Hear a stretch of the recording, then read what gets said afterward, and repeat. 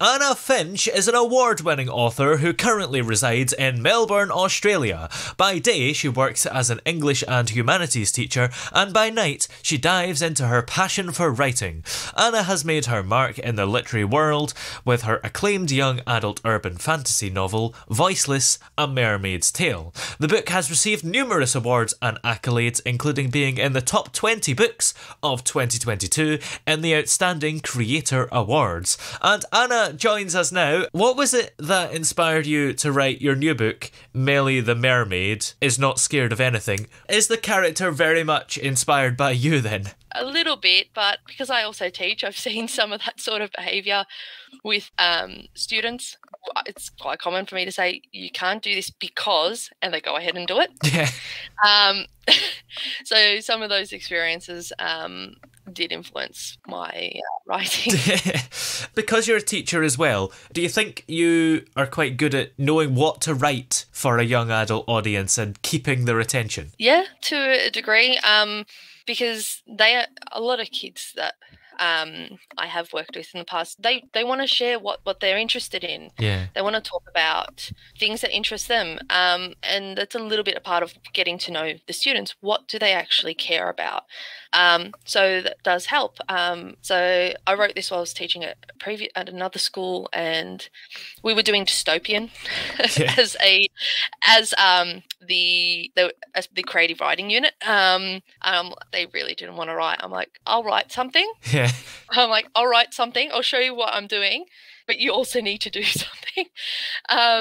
And they would ask. They're like, oh, what are you writing about? Oh, maybe this idea sounds good. And they want to share, so. What was it that made you want to write for this audience specifically? Was it your teaching work, or did you always want to write children's books and young adult books anyway? I did always want to write books. I did write a lot of short stories growing up, poems and things like that, entering into things like poetry competitions.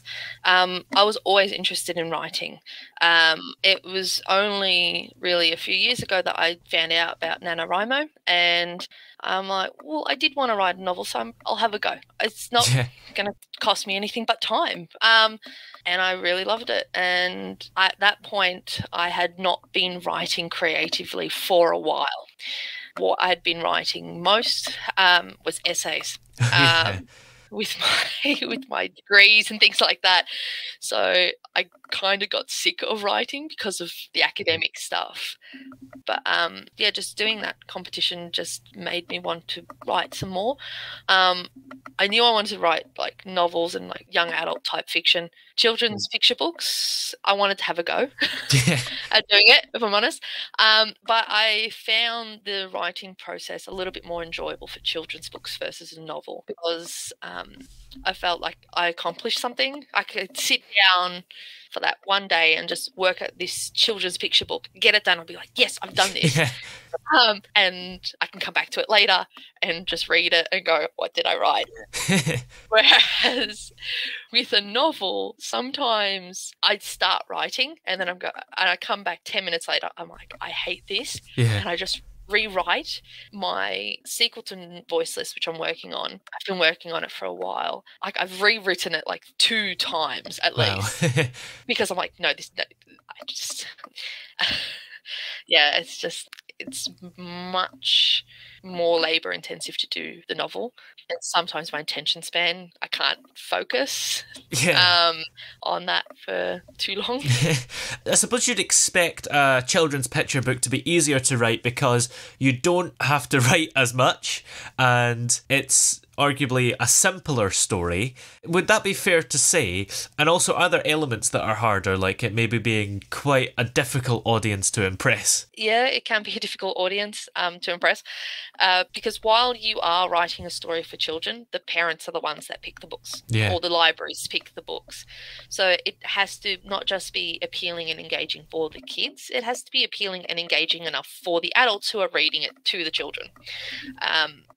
So while a plot or the story itself might be more simplistic than a novel, there's still messages and nuance to stories. Some with rhyming books. In Mellie the Mermaid, I do include rhyme. It's not always like it's not rhyming throughout, like from start to finish. There are some stanzas where there are no like rhyming, there's no rhyming involved. But if you do write rhyming books, generally speaking, you've got to make sure, like especially if it's consistent throughout the book, you have to make sure that it sticks to the same pattern for the rhyme. So there are some strict rules around the writing. Word limit especially is a big one.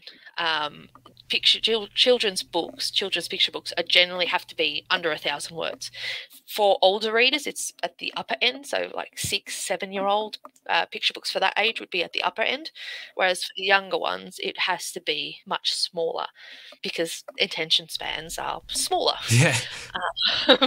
You don't have a lot of room to expand on a story or to have any subplots and things like that in a children's picture book. It has to be more straightforward. Your latest picture book, Mellie the Mermaid, is Not Scared of Anything. That's been quite a huge success. How does it feel to win awards so early on? I was surprised when I found out. I'm like, my book hasn't come out yet. I'm like, you know what? I'm entering my other picture book, and there's no restrictions on whether or not the book has to be published. Yeah, I'll have a go, and at least it will, because some of the awards will give reviews, and they'll tell you things that are problems or what's good, what's not. So I just use it as a way to get some feedback. Yeah. And I was very surprised. I'm like, what? I was jumping up and down. I'm like, I can't believe this. It's amazing. I'm still waiting to see how it translates things with book sales. But I'm just glad that people liked my work enough to think it deserves an award. And it's a great head start, I suppose, because before it's even released, you've already got an award, which hopefully should benefit sales, surely. If you've already got mostly positive feedback and you've got an award to show for it, it's just a great head start, isn't it? Yeah, it can be, especially because the only other children's picture book I published, which was last year, was an alphabet concept book. It's very different to Mellie the Mermaid. The alphabet concept book, you're literally the focus is on basically helping the kids learn the alphabet through sounds and through animals and things like that. Whereas Mellie the Mermaid has a storyline, it has a plot. The plot has to work. Yeah. The rhyming has to work. So it's very different. So the audience is different as well. Yeah. So I was very, very nervous. I'm like, ooh, how is this going to go? Yeah. Does this put the pressure on you a bit for your next book to have another award? Because even your books before this did quite well, winning awards and accolades. So if you don't win an award for your next book, is that going to knock your confidence a bit? It may in the moment, but you just got to keep trying. You have to take the feedback and use it to improve. I'm using the feedback that I got from Voiceless to improve for my next novel.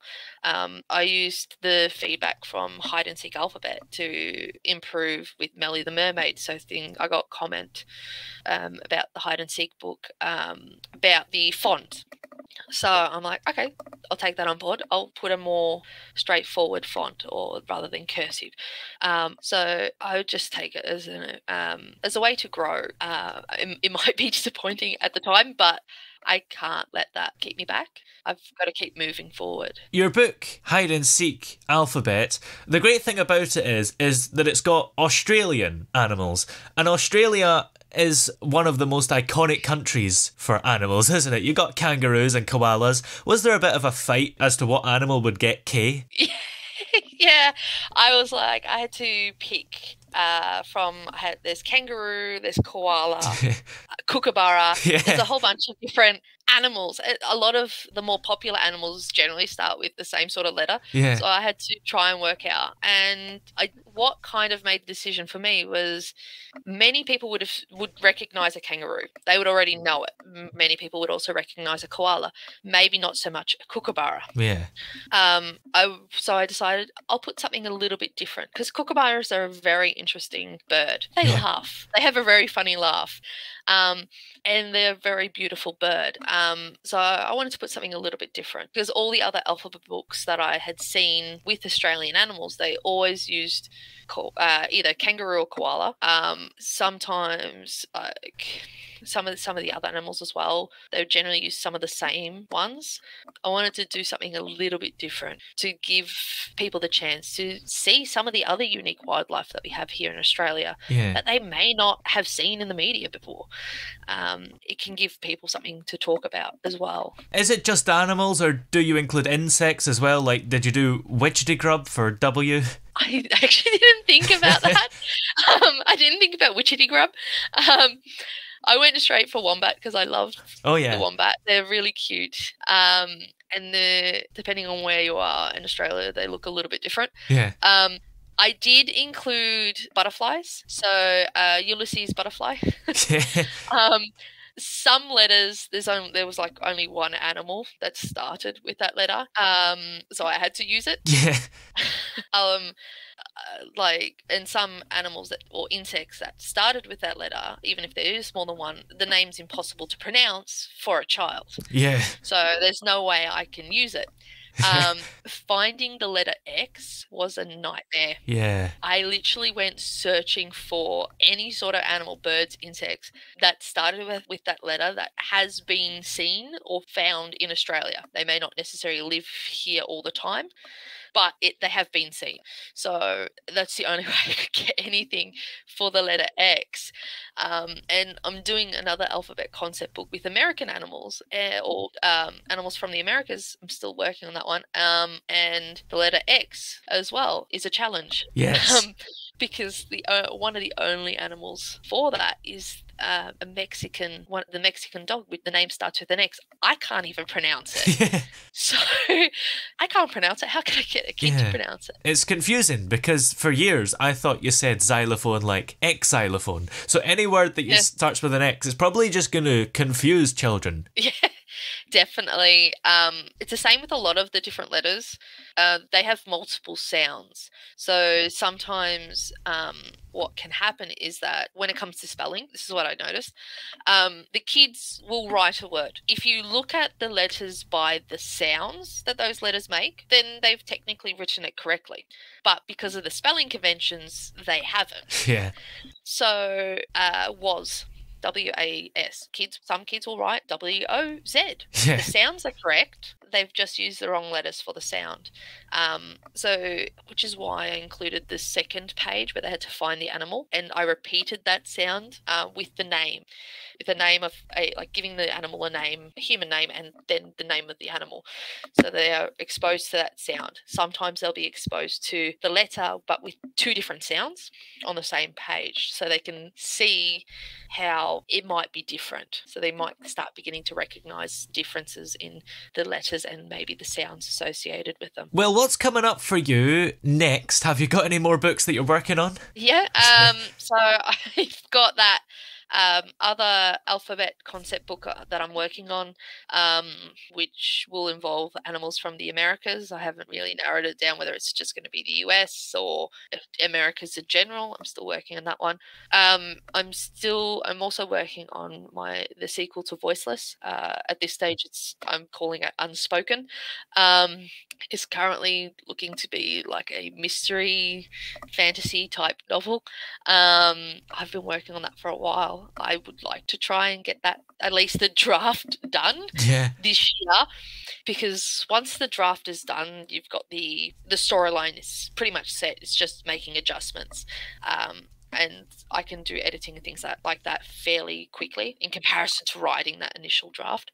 So those are the two main ones that I'm working on at the moment. And in the meantime, where are we able to find your latest book, Mellie the Mermaid is Not Scared of Anything? It's available on Amazon, Kobo, Nook, Apple, Google Play, as well as you can order it via bookstores.